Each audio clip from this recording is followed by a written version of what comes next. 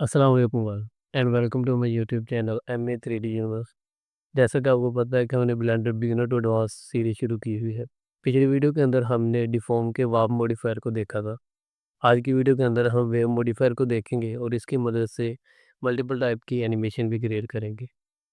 कुछ देखने के लिए हम सबसे पहले ब्लेंडर को ओपन करेंगे।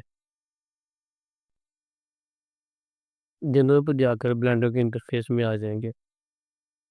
तो सबसे पहले हम यहाँ पर एक क्यूब ले लेते हैं। यहाँ पर मैं एक लेता हूँ क्यूब और इस पर अप्लाई करेंगे। अपने मॉडिफायर में जाने के बाद डिफॉर्म में जाएंगे तो यहाँ पर अप्लाई कर देंगे wave modifier.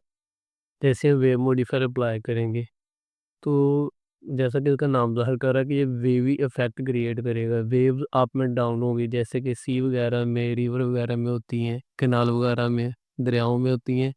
Waves up and down होती हैं, वैसे ही यहाँ पर भी वेव्स क्रिएट होंगी। क्योंकि ये क्यूब है, इसमें हमें इस तरह का इफेक्ट नज़र आएगा। और नेक्स्ट सेकेंडली, इसका इफ़ेक्ट देखने के लिए हमारे पास फेसेस की तादाद मल्टीपल होनी चाहिए। मल्टीपल फेसेस होंगे तो वेव का इफ़ेक्ट भी मल्टीपल तरीके से हमें नज़र आएगा। तो इसके लिए मैं इसके एडिट मोड में जाकर इसे सब डिवाइड कर देता हूँ, यहाँ से 10 टाइम। अब अगर वापस जाकर देखें तो ये देखें वेव क्रिएट होना शुरू हो गई है। इसे अगर मैं प्ले करूँ तो ये देखें एक वेवी सा इफ़ेक्ट इसमें क्रिएट हो रहा है। नेक्स्ट अगर इसके ऑप्शंस देखें तो फर्स्ट हमारे पास है मोशन एक्स और वाई। अगर हम किसी स्पेसिफिक एक्सिस की तरफ चाहते हैं अपने मोशन को तो वो भी हम कर सकते हैं। अगर मैं यहाँ पर एक प्लेन लूँ, यहाँ पर मैं ले लेता हूँ प्लेन जी वाई, इसे इधर ले आते हैं। इसे भी वैसे ही जाकर हम सब डिवाइड कर देंगे। यहाँ से हम इसे 12 टाइम्स कर देते हैं। अब अगर इस पर आकर भी वही मॉडिफायर अप्लाई करें हम तो ये देखिए इसमें इफेक्ट क्रिएट हो रहा है इस तरह। लेकिन मैं चाहता हूँ कि एक क्लॉथ की तरह इसमें जस्ट एक एक्सिस में इफेक्ट क्रिएट हो, तो मैं यहाँ से जस्ट उस एक्सिस को क्लोज कर दूंगा। ये देखिए अब जैसे क्लॉथ को हम करते हैं, ये क्लॉथ वाला इफेक्ट इसमें मुझे नज़र आ रहा। नेक्स्ट ऑप्शन है साइक्लिक। अगर मैं यहाँ पर लेता हूँ एक स्फेयर को और मैं चाहता हूँ कि जस्ट एक दफ़ा ही वो स्फेयर पे इफेक्ट जो वेव है वो नज़र आए, उसके बाद वो वेव नज़र ना आए, तो मैं यहाँ पर आऊँगा। इस मॉडिफायर को अप्लाई करने के बाद इसे साइक्लिक से ख़त्म कर दूँगा। अब अगर इसमें प्ले करूँगा, देखिए ये सिर्फ़ एक दफ़े मुझे वो इफ़ेक्ट नज़र आएगा, उसके बाद वो इफ़ेक्ट मुझे नज़र नहीं आएगा। नेक्स्ट इसकी प्रॉपर्टीज़ में जाकर देखें तो हमारे पास है अलोंग नॉर्मल। जो उसके नॉर्मल्स होते हैं, हम उसके अलोंग इसे देखना चाहते हैं कि इसके नॉर्मल्स के अलोंग अलोंग ये कैसे मूव करेगा, इसकी प्रॉपर्टीज़ कैसे नॉर्मल में वर्किंग करेंगी। तो यहाँ से हम उन्हें भी ऑन कर सकते हैं। तो ये जो आउटसाइड इसकी होगी उसमें भी एनिमेशन हमें दिखाई देगी। ये देखिए, तो ये देखें इसके नॉर्मल्स भी जो आउटवर्ड है वो भी बिहेव करना शुरू कर देंगे। नेक्स्ट ऑप्शन इसमें है फॉलो। फॉलो की मदद से हम इसमें जो आउटर है उसे कंट्रोल कर सकते हैं, जो वेव्स है उन्हें कंट्रोल कर सकते हैं। नेक्स्ट है इसकी हाइट। ओवरऑल जो वेव्स होती हैं हम उनकी हाइट देखना चाहते हैं कि आउटवर्ड हो, इनवर्ड हो, या कितनी हाइट होनी चाहिए। ये देखिए यहाँ से मैं कंट्रोल कर सकता हूँ। आउटर वेव, ये देखिए वेव की हाइट इंक्रीज होगी। अगर मैं इसे कम कर दूंगा 0.15 पर लेके जाऊँ तो ये देखिए ये इस तरह की वेव्स क्रिएट होंगी। अगर थोड़ा सा इसे इंक्रीज करता हूँ तो इसका इफेक्ट इस तरह से होगा। नेक्स्ट जो ऑप्शन है वो विड्थ है। हम वेव की विड्थ कितनी चाहते हैं कि एक वेव वेव के बाद दूसरी वेव की विड्थ कितनी हो। ये देखें अगर मैं कम करता हूँ तो ये देखें वेव की जो पहले एक ही वेव पूरे एरिया को कवर कर रही थी, अब इसमें मल्टीपल वेव आ रही हैं। ये देखिए 1 2 और 3 3 वेव्स आ रही हैं। अगर हम इस तरह देखें तो देखिए हाइट भी इंक्रीज हो रही है। यहाँ से इनकी ये देखें विड्थ अगर मैं बढ़ा रहा हूँ तो वो एक ही वेव कंट्रोल कर रही है। लेकिन अब अगर देखें तो मल्टीपल वेव्स यहाँ पर आ रही हैं। ये देखिए नेक्स्ट इसके अंदर जो है वो है नैरोनेस। हम चाहते हैं कि जो वेव्स हैं उनकी जो हाइट है वो टॉप की तरफ और बॉटम में इनवर्ट की नहीं होनी चाहिए। यहाँ से अगर देखें तो देखें हम कंट्रोल कर सकते हैं अपनी वेव्स को। यहाँ से जाने के बाद इसे मज़ीद सब डिवाइड कर देते हैं। अब देखें यहाँ से हम उनको मज़ीद क्लेरिफाई कर सकते हैं वेव को ऊपर की तरफ। ये देखें इन्हें स्मूथ कर सकते हैं। ये देखें इसका फॉल ऑफ इफेक्ट मुझे नज़र आ रहा है यहाँ से। नेक्स्ट है इसका वर्टेक्स ग्रुप का। आप कोई स्पेसिफिक वर्टेक्स ग्रुप को सिलेक्ट करने के बाद उस पर भी ये इफेक्ट दिखा सकते हैं। अगर मैं जाऊँ यहाँ पर एक प्लेन को ऐड करता हूँ, वैसे जी वाई से इधर ले आता हूँ, यहाँ पर जाने के बाद इस पर भी अप्लाई करूँगा उसी तरह सब डिवीजन को। यहाँ से हम 15 कर देते हैं। अब अगर मैं वापस आऊँ और इसका इतना एरिया सेलेक्ट करूँ और यहाँ से वर्टेक्स ग्रुप में जाकर इसे कर दूँ असाइन और इस पर अप्लाई कर दूँ मॉडिफायर में जाकर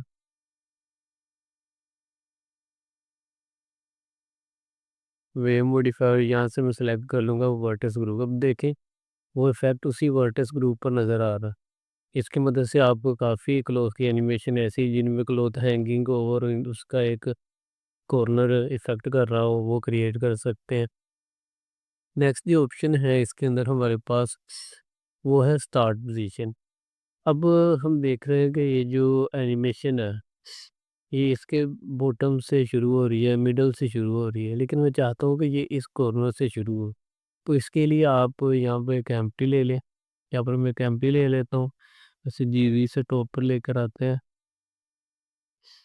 और मैं चाहता हूँ कि जहाँ पर मेरा एम्प्टी मूव हो तो उस तरफ से वो एनिमेशन क्रिएट होना शुरू हो। तो यहाँ पर जाऊँगा, मैं इस एम्प्टी को कर लूँगा सेलेक्ट। अब देखें वेव जहाँ पर मेरा एम्प्टी होगी वहाँ से वो वेव्स मूव होना शुरू होंगी।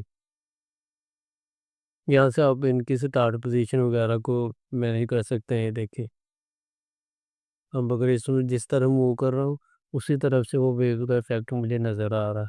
ठीक है, अगर आप कोई ऐसा इफेक्ट क्रिएट कर रहे हैं जिसमें कोई स्टोन वगैरह ड्रॉप किया जा रहा है वाटर में, तो उसका इफेक्ट वहीं से नज़र आएगा जहाँ पर वो स्टोन गिरेगा। यहाँ पर मैं रख सकता हूँ स्टोन को, उस स्टोन की मदद से इसे मूव कर सकता हूँ, इसे उसके साथ पेरेंट कर सकता हूँ। देखिए वो वेवी इफेक्ट मुझे वहाँ से नज़र आना शुरू होगा। ये देखिए यहाँ से वेव्स इन्वर्ट होना शुरू हो गई हैं।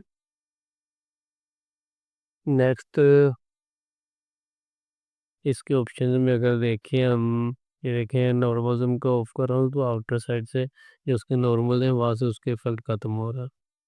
नेक्स्ट इसमें है टाइम स्टैम्प। आप ऑफसेट को कंट्रोल कर सकते हैं वेव के। वेव का लाइफ स्पैन आप चाहते हैं कि कितने लाइफ स्पैन तक वो एक वेव नज़र आए। अगर इसमें ज़ीरो रखूँगा तो बाई डिफ़ॉल्ट ये चलती रहेंगी। अगर यहाँ से मैं कर देता हूँ 50 फ्रेम, तो 50 फ्रेम के बाद एक वेव ख़त्म हो जाएगी। ये एक वेव ख़त्म होती जाएगी, नेक्स्ट वेव आ जाएगी। ये देखिए वेव का इफेक्ट यहाँ पर 50 फ्रेम के बाद ख़त्म हो गया इसके ऊपर क्यूब के ऊपर। अगर इसे मैं ज़ीरो करता हूँ तो इफेक्ट कंटिन्यूसली रहेगा। डैम्पिंग वगैरह है, यहाँ पे इसकी स्पीड है, आप स्पीड एडजस्ट कर सकते हैं कितनी स्पीड के साथ वेव इंटर हो। अगर मैं 0.4 करता हूँ, ये देखिए कितनी स्पीड के साथ मूव होना शुरू हो गई हैं। अगर इसे मैं कम करूँगा तो इनकी स्पीड काफ़ी कम हो जाएगी। ये देखिए ये कितनी कम स्पीड के साथ वेव्स मूव कर रही हैं। कोई ऐसे इफेक्ट जहाँ पे आप चाहते हैं कि वेव्स आहिस्ता आहिस्ता मूव हों तो आप यहाँ से इसकी स्पीड वगैरह को देख सकते हैं। नेक्स्ट ऑप्शन है हमारे पास टेक्सचर का। हम अपने इसी क्यूब के ऊपर कोई टेक्सचर वगैरह अप्लाई करना चाहते हैं कि वेव्स में कोई टेक्सचर नज़र आए तो वो भी हम अप्लाई कर सकते हैं। कि यहाँ पर आपने न्यू पे क्लिक करना है और इस आइकन पर आना है जहाँ पर show text in texture tab पे, इस पर क्लिक करेंगे आप टेक्सचर टैब में चले जाएंगे।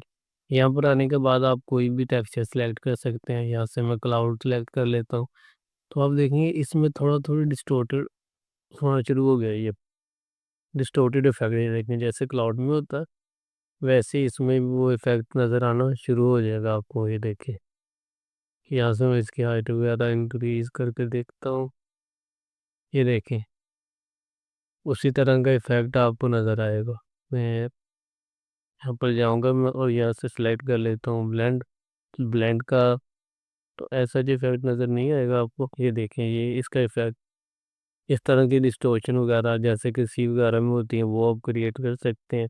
यहाँ से टेक्सचर वगैरह का यूज़ करके मैजिक टेक्सचर यूज़ कर सकते हैं। किसी तरह भी टेक्सचर आप अपना कोई बाय डिफ़ॉल्ट टेक्सचर जो आपने बनाया हो वो यूज़ करना चाहते हैं तो वो भी आप इसमें यूज़ कर सकते हैं। नेक्स्ट ये इसके लास्ट ऑप्शन थे जहाँ से आप लोकली और ग्लोबली उनको अंडरस्टैंड कर सकते हैं कि वो जो इफ़ेक्ट है वो आप लोकली देखना चाहते हैं, जो ग्लोबली देखना चाहते हैं, कोऑर्डिनेट्स वगैरह को किस तरह से मैनेज करना चाहते हैं। तो ये था हमारा आज का वेव मॉडिफायर, जिसको हमने डिटेल में देखा है। इसकी मदद से हम क्लॉथ की सिमुलेशन वगैरह की बजाय हम फेक इफेक्ट भी इस तरह से क्रिएट कर सकते हैं जिसमें क्लॉथ मूव होता हुआ हमें नज़र आ रहा हो। अगर इसी क्लॉथ को मैं यहाँ पर की फ्रेमिंग करूँ, यहाँ पर आऊँ और इसे यहाँ तक मैं ले जाऊँ और जी वाई से इधर लाऊँ, जी से इधर ले आता हूँ और यहाँ पे इस पर की फ्रेमिंग करता हूँ। अब देखें ये मुझे क्लॉथ मूव होता हुआ नज़र आएगा, ये देखिए। इस तरह से अब मल्टीपल टाइप की प्यारी-प्यारी सी एनिमेशन बगैर सिमुलेशन के, बगैर हैवी वर्कआउट पे क्रिएट कर सकते हैं। उम्मीद है कि आपको इस वेव मॉडिफायर की समझ आई होगी। अगर कहीं से आपको किसी चीज़ की समझ नहीं आई तो आप कमेंट में पूछ सकते हैं। वीडियो पसंद आई है तो वीडियो को लाइक, कमेंट और शेयर कीजिए। चैनल को सब्सक्राइब कर लें ताकि मज़ीद वीडियोज़ आप तक पहुँचती रहें। मिलते हैं नेक्स्ट वीडियो में एक नए टॉपिक के साथ। खुदा हाफ़िज़।